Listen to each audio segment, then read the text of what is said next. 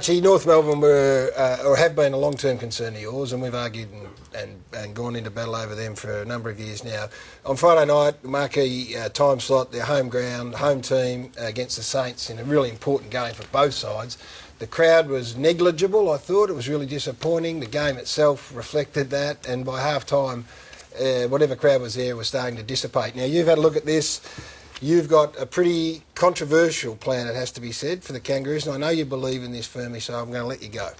Yeah, they were disappointing, the crowd. I mean, Brent Harvey's retirement jumper at 26,000. Their crowds are the lowest in all the Melbourne teams. Star factor not there right now. And it was Friday night, which they pioneered. They want to be a big team and they want to own it. The club, the board, the admin have done an unbelievable job. Right, so and they've taken them a long way. Sounds to me like you're buttering them up for some sort of sledgehammer. Not based on Friday night, but based upon a couple of years of learnings. It's time that North Melbourne had a deeper and serious look at Tasmania, because that, for me, is the greater opportunity for their footy club without actually compromising their supporter base. I think they're in an unbelievable position, if you leave emotion out, to get the best of both worlds for their footy club and have a look at something like this. In fact, this is what I would do, Gary. Right. If I were the AFL, I'd be trying to drive this agenda, and if I was North, I'd be seriously looking at it. A permanent move to a training base in Hobart and move to Hobart more permanently. Don't worry about the name, it's semantics. Just call yourselves the Kangaroos. Keep the holding company name North Melbourne Footy Club, but trade and play as the Kangaroos. 9 games in Tassie and 9 in Melbourne and 4 interstate. If they take that deal to the AFL and the Tasmanian government, they'll get it. Normally, you average 14 games in Melbourne every year, so they're losing sort of 4 to 5 games. Some years they only get 13. They play 5 in the south, Hobart, where all their members are, and 4 in the north, and they get Hawthorn out of the north. 2 home games at Etihad Stadium makes 11, and they get a 7-block away game in Melbourne, or Melbourne/Geelong.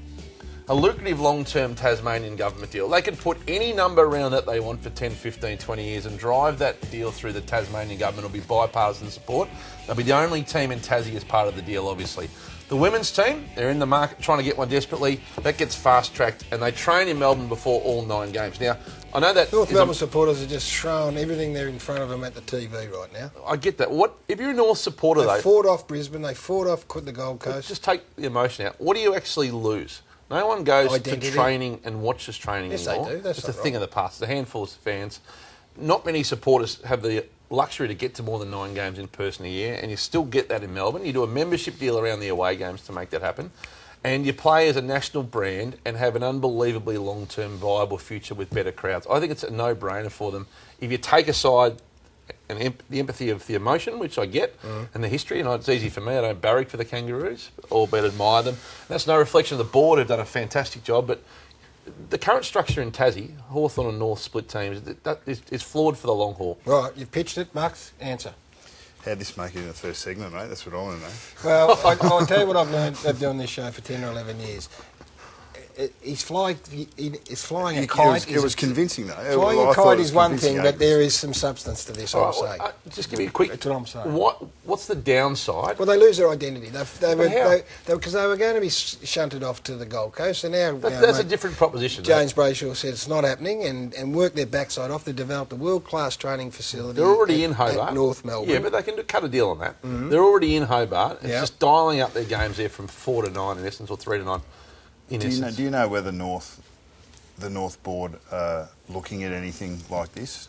Have you spoken to anyone from North? They've had the chance to look at 7 before and rejected it, so it's safe to say it's not on their agenda. But it should be, I think. I don't see... They're in a position to negotiate the best of both worlds. Is it, though, the death of their club? You look at Fitzroy, become the Brisbane Lions, and Fitzroy feel like...